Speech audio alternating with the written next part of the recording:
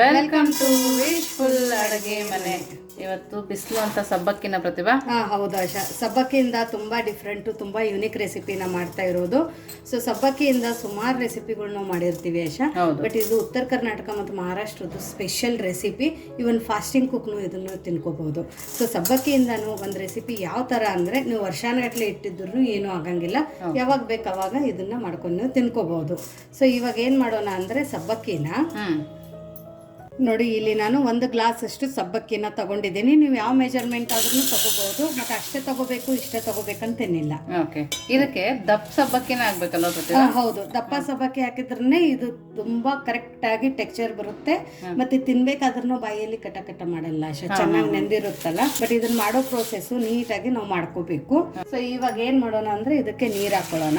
ನೀರ್ ಹಾಕೊಂಡು ಇವಾಗ ಎಲ್ಲರಿಗೂ ಸಮಸ್ಯೆ ಅಂದ್ರೆ ಸಬ್ಬಕ್ಕಿನ ಯಾವ ತರ ನೆನೆಸ್ಬೇಕು ಅನ್ನೋದೇ ಎಲ್ಲರದು ಕ್ವಶನ್. ಹಂಗಾಗ್ಬಿಟ್ಟು ಫಸ್ಟ್ ಇದನ್ನ ನೀರು ಹಾಕಿ, ಇವಾಗ ನೋಡಿ ಇಮಿಡಿಯೇಟ್ ಆಗಿ ಒಂದ್ಸರ್ತಿ ಹಿಂಗೆ ಕೈ ಆಡಿಸಿ ಇದನ್ನ ನೀರನ್ನು ನಾವು ಜಾಣಿಸ್ಕೊಂಡು ತಗೊಂಡು ಬರೋಣ. ನೋಡಿ, ಈ ಥರ ನೀರನ್ನು ತಗೊಂಡು ಬಂದ ನಂತರ ಇವಾಗ ಇದ್ರೊಳಗಡೆ ನೀರನ್ನು ಹಾಕೊಳ್ಳೋಣ. ಎಷ್ಟು ನೀರು ಹಾಕ್ಬೇಕಂದ್ರೆ, ಸಬ್ಬಕ್ಕಿ ಮೇಲೆ ಒಂದು ಅರ್ಧ ಇಂಚಷ್ಟು ನೀರಿರಬೇಕು. ಮೇಲ್ಗಡೆ ಒಂದು ಮುಚ್ಚಳನ ಮುಚ್ಚಿಬಿಟ್ಟು ಓವರ್ ನೈಟು ಬಿಡಬೇಕು ಆಶಾ. ನೋಡಿ, ಇವಾಗ ಸಬ್ಬಕ್ಕಿ ಓವರ್ ನೈಟ್ ನೆಂದಿದೆ. ನೋಡಿ, ಎಷ್ಟು ಸಾಫ್ಟ್ ಕೂಡ ಆಗಿದೆ, ತುಂಬ ಚೆನ್ನಾಗಿ ನೆಂದಿದೆ. ನೋಡಿ, ಇದೇನು ನಮ್ಮ ಮಿಕ್ಸಿಗೆ ಹಾಕೋಬೇಕಂತೇನಿಲ್ಲ, ಏನಿಲ್ಲ, ಇದು ಮಾಡೋದು ತುಂಬ ಈಸಿ ಇದೆ. ಸೊ ಇವಾಗ ಏನು ಮಾಡೋಣ ಅಂದರೆ, ಇದು ಸಬ್ಬಕ್ಕಿ ಆಶಾ ನಾವು ಪಕ್ಕಕ್ಕೆ ಇಡೋಣ.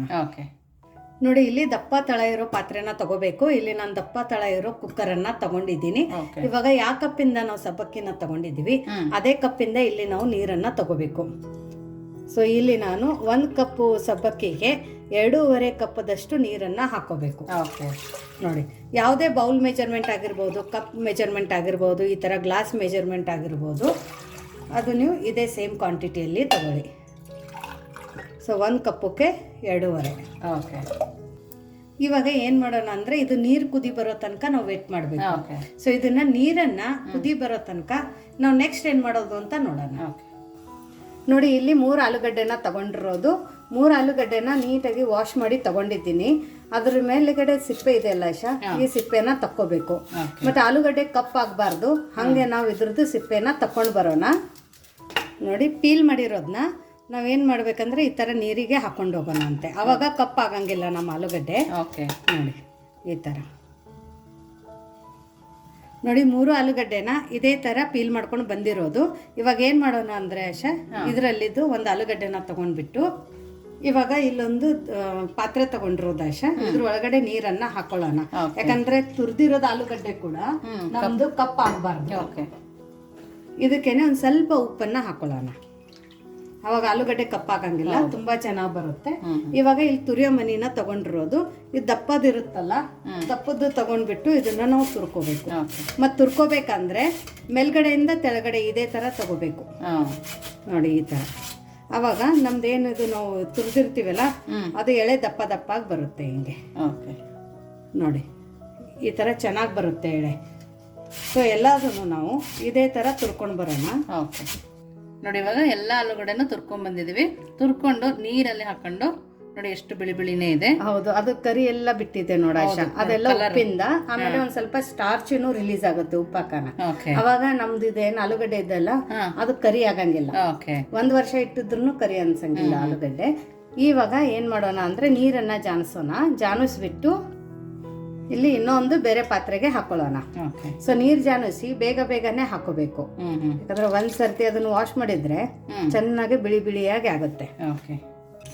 ನೋಡಿ, ಎಲ್ಲದನ್ನು ಈ ತರ ನೀರನ್ನ ಜಾನಿಸಿ ಒಂದ್ ಪ್ಲೇಟಿಗೆ ಹಾಕೊಂಡಿದ್ವಲ್ಲ, ಇವಾಗ ಮತ್ತೆ ಇದಕ್ಕೆ ಫುಲ್ ನೀರ್ ಹಾಕೊಳ್ಬೇಕು.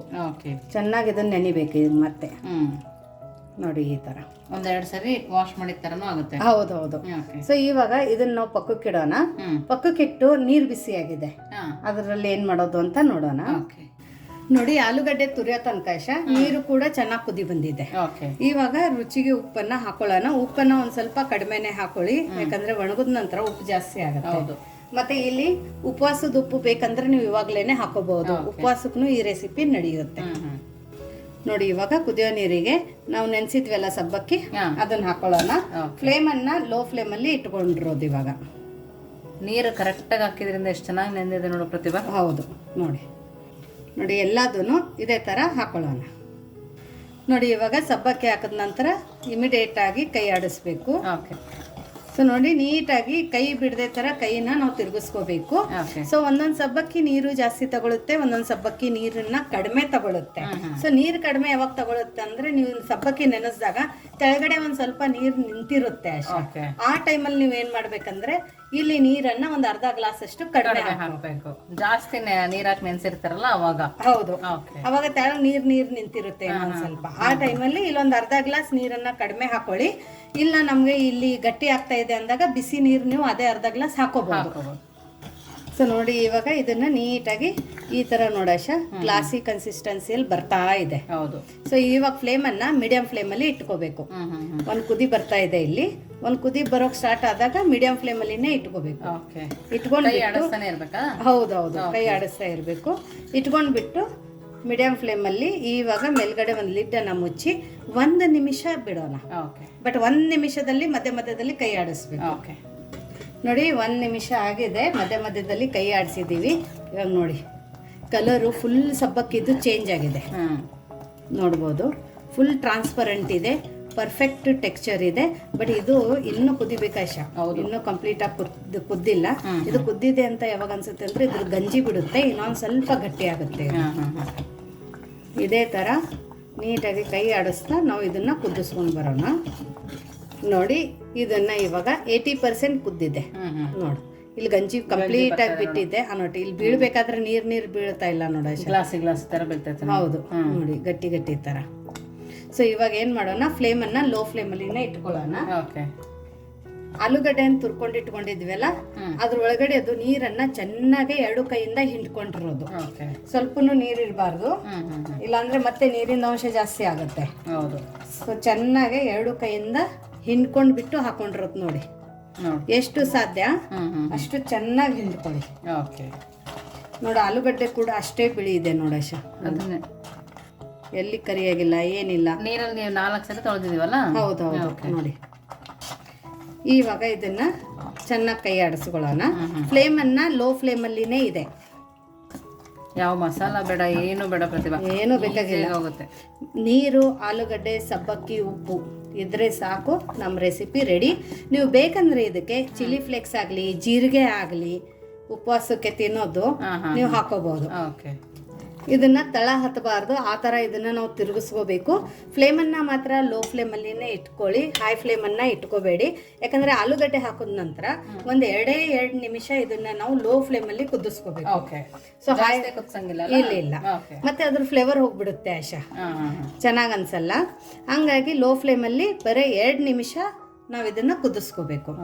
ಇನ್ನೊಂದಂದ್ರೆ ನಿಮ್ಗೆ ಯಾರಿಗಾದ್ರೆ ಹೋಮ್ ಮೇಡ್ ವಿಶ್ಫುಲ್ ಅಡುಗೆ ಮನೆದು ಪ್ಯೂರ್ ಆರ್ಗ್ಯಾನಿಕ್ ಪ್ರಾಡಕ್ಟ್ಸ್ಗಳು ಬೇಕಂದರೆ ನೀವು ಡಿಸ್ಕ್ರಿಪ್ಷನ್ ಬಾಕ್ಸಲ್ಲಿ ವಾಟ್ಸಪ್ ನಂಬರನ್ನು ಕೊಟ್ಟಿದ್ದೀನಿ. ಆ ವಾಟ್ಸಪ್ ನಂಬರ್ ಮೇಲೆ ಮೆಸೇಜ್ ಮಾಡಿದರೆ ಸಾಕು, ನಮ್ಮ ಹತ್ರ ಇರೋಂಥ ಎಲ್ಲ ಪ್ರಾಡಕ್ಟ್ಸ್ ಲಿಂಕ್ನು ಕೂಡ ನಿಮಗೆ ಬರುತ್ತೆ ಅಲಾಂಗ್ ವಿತ್ ಪ್ರೈಸು.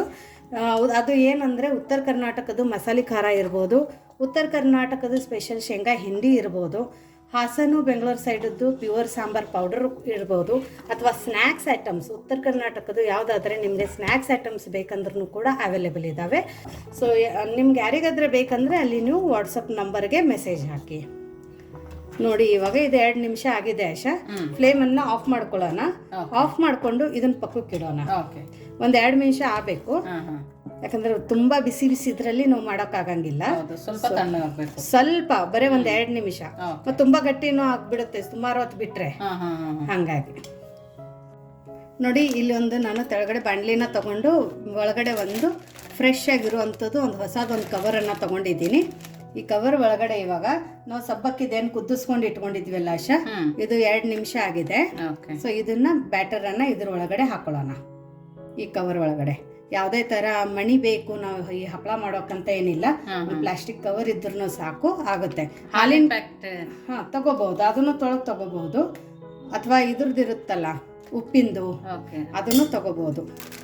ನೋಡಿ ಈ ತರ ಹಾಕೊಂಡು ಇದನ್ನ ನಾವು ಇಲ್ಲಿ ಕೆಳಗಡೆಯಿಂದ ಇವಾಗ ಕಟ್ ಮಾಡ್ಕೋಬೇಕು. ಕಟ್ ಮಾಡ್ಕೊಂಡು ಈ ತರ ಬಿಡ್ಬೇಕು ಆಶಾ. ಸೊ ಇದನ್ನ ಹಾಕ್ಬೇಕಾದ್ರೆ ನಾವು ಕಟ್ ಮಾಡ್ಕೊಳ್ಳೋಣ.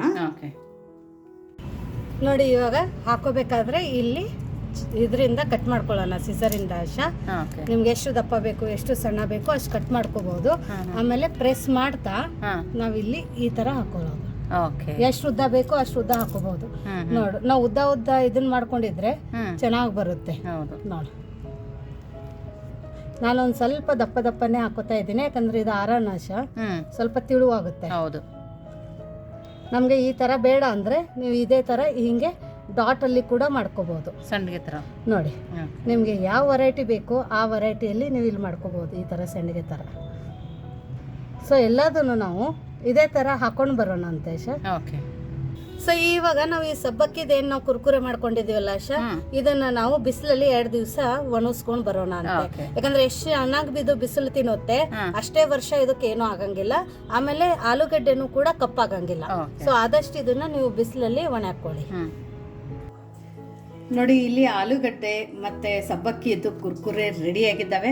ಇದು ಚೆನ್ನಾಗಿ ಬಿಸಿಲು ತಿಂದು ಬಂದಿದೆ, ತುಂಬ ಚೆನ್ನಾಗಿ ಬಿಸಿಲಲ್ಲಿ ಒಣಗಿದೆ ಇದು. ಸೊ ನೀವು ನೋಡ್ಬೋದು, ಎಲ್ಲಿ ಏನೂ ಕಟ್ಟಾಗಿಲ್ಲ. ನೋಡೋಕೆ ಎಷ್ಟು ಟೆಕ್ಸ್ಚರ್ ಪರ್ಫೆಕ್ಟಾಗಿ ಬಂದಿದೆ, ಗ್ಲಾಸಿಯಾಗಿ ಬಂದಿದೆ ನೋಡಿ, ಚೆನ್ನಾಗಿ ಬಂದಿದೆ. ಇವಾಗ ಇದನ್ನ ಆಶಾ ನಾವು ಎಣ್ಣೆಯಲ್ಲಿ ಹಾಕ್ಬಿಟ್ಟು ನೋಡೋಣ ಯಾವ ಥರ ಬರುತ್ತೆ ಅಂತ. ನೋಡಿ, ಎಣ್ಣೆ ಚೆನ್ನಾಗಿ ಬಿಸಿಯಾಗಿದೆ. ಚೆನ್ನಾಗಿ ಬಿಸಿ ಆದ ನಂತರ ಇದ್ರೊಳಗಡೆ ನಾವು ಮಾಡಿಕೊಂಡು ಅಂತ ಕುರ್ಕುರೆನ ಹಾಕೊಳ್ಳೋಣ. ಹೆಂಗೆ ಅರಳುತ್ತಾ ಇದೆ. ಹೌದು, 4 ಪಟ್ಟು ಅರಳುತ್ತಿದೆ ನೋಡಿ ಇದು. ಮತ್ತು ಇದು ಹೆಂಗಂದ್ರೆ ಒಂದು ಸರ್ತಿ ಕರೆದ್ಬಿಟ್ಟು 1 ವಾರನೂ ಸಾಫ್ಟ್ ಆಗಲ್ಲ. ನೀಟಾಗಿ ಏರ್ ಟೈಟ್ ಕಂಟೈನರಲ್ಲಿ ಹಾಕಿಡಬೇಕು. ಓಕೆ. ಎಲ್ಲರೂ ಪ್ರಯಾಣಕ್ಕೆ ಹೋಗ್ಬೇಕಂದ್ರೂ ತಗೊಂಡು ಹೋಗ್ಬೋದು. ನೋಡಿ, ಹಬ್ಬಗಳಲ್ಲಿ ಮಾಡ್ಬೋದು. ನೋಡಿ ಎಷ್ಟು ಚೆನ್ನಾಗಿ ಅರಳಿದೆ. ಮತ್ತು ನೋಡು, ಕಪ್ಪುನೂ ಆಗಿಲ್ಲ. ಹೌದು. ಇವಾಗ ಬರ್ತ್ಡೇ ಪಾರ್ಟೀಸ್ಗಳಲ್ಲಿನೂ ಕೂಡ ಈ ಥರ ಮಾಡಿ ಇಟ್ಬೋದು.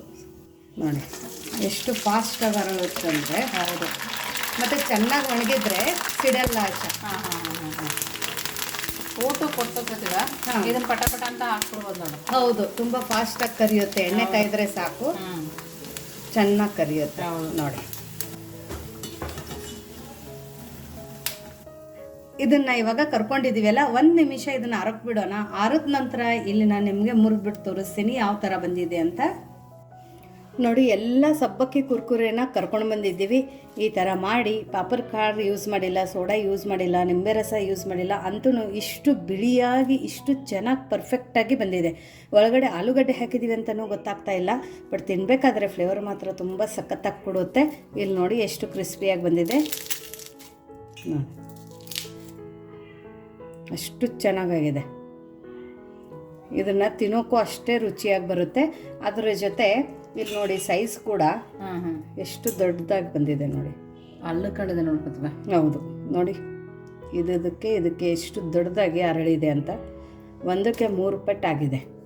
ನೀವು ಮಕ್ಕಳಿಗೆಲ್ಲ ಬಾಕ್ಸಿಗೆ ಹಾಕ್ಕೊಟ್ರೆ ಇದನ್ನು ಹಿಂಗೆ ತಿಂತಾರೆ, ಕುರ್ಕುರೆ ಥರ. ಹೌದು. ಹೆಂಗಾಗಿದೆ ನೋಡಿ ಆಶಾ. ಕುರ್ಮಂದ ತುಂಬಾ ಚೆನ್ನಾಗಿದೆ ಪ್ರತಿಭಾ. ಬೇಯ್ದಿದೆಯಾ ಸಬ್ಬಕ್ಕಿ ಎಲ್ಲ ಬೆಂದಿದೆ, ಒಳಗಡೆನೂ ನೀಟಾಗಿ ಬೆಂದಿದೆ. ಓಕೆ. ನಾವು ಆಲೂಗಡ್ಡೆ ಹಾಕಿರೋದ್ರಿಂದ ಸ್ವಲ್ಪ ಕೆಂಪು ಆಗಿಲ್ಲ, ಚೆನ್ನಾಗಿ ತುಂಬಾ ಚೆನ್ನಾಗಿದೆ. ಹೌದು. ಸೊ ನಾ ಹೇಳಿರೋಂಥ ಎಲ್ಲ ಮೆಥಡನ್ನು ಫಾಲೋ ಮಾಡಿ, ಒಂದ್ಸರ್ತಿ ನಾ ಹೇಳಿರೋ ಟಿಪ್ಸನ್ನು ಫಾಲೋ ಮಾಡಿ ಈ ರೆಸಿಪಿ ಮಾಡಿ. ಸೊ ನೋಡಿ, ಇದು ಫಾಸ್ಟಿಂಗ್ ಕುಕ್ನು ಕೂಡ ತುಂಬ ಬೆಸ್ಟ್ ಕಾಂಬಿನೇಷನ್ ಅಂತ ಅನ್ಬೋದು. ಯಾಕಂದರೆ ಇದನ್ನು ಒಂದು ಸರ್ತಿ ಮಾಡಿದರೆ ನೀವು ವರ್ಷಾನುಗಟ್ಲೆನೂ ಚೆನ್ನಾಗಿ ಸ್ಟೋರ್ ಮಾಡ್ಕೊಂಡು ಇಟ್ಕೋಬೋದು. ಬಟ್ ಇದನ್ನು ಒಣಗಿಸ್ಬೇಕಾದ್ರೆ ಚೆನ್ನಾಗಿ ಬಿಸಿಲಲ್ಲಿ ಒಣಗಿಸಿ 1 ವರ್ಷ 1.5 ವರ್ಷ ಕೂಡ ಇದಕ್ಕೆ ಏನೂ ಆಗಲ್ಲ. ಸೊ ಯಾವುದೇ ಥರ ಪಾಪಡ್ ಖಾರ ಆಗಲಿ, ಸೋಡಾ ಆಗಲಿ ಯೂಸ್ ಮಾಡದೆ ಈ ಥರ ಒಂದು ನಾವು ಸಬ್ಬಕ್ಕಿ ಆಲೂಗಡ್ಡೆಯಿಂದ ಒಂದು ಒಳ್ಳೆಯ ರೆಸಿಪಿನ ಮಾಡಿದ್ದೀವಿ. ನಿಮಗೆ ಹೇಗೆ ಅನ್ನಿಸ್ತು ಈ ರೆಸಿಪಿ ಅಂತ ಕಮೆಂಟ್ ಮೂಲಕ ತಿಳಿಸೋದನ್ನು ಮರಿಬೇಡಿ. ಮತ್ತೆ ಸಿಗೋಣ ನಾವು ಇದೇ ಥರ ಹೊಸ ರೆಸಿಪಿ ಜೊತೆ. ವಿಶ್ಫುಲ್ ಅಡುಗೆ ಮನೆಯಲ್ಲಿ. Thank you.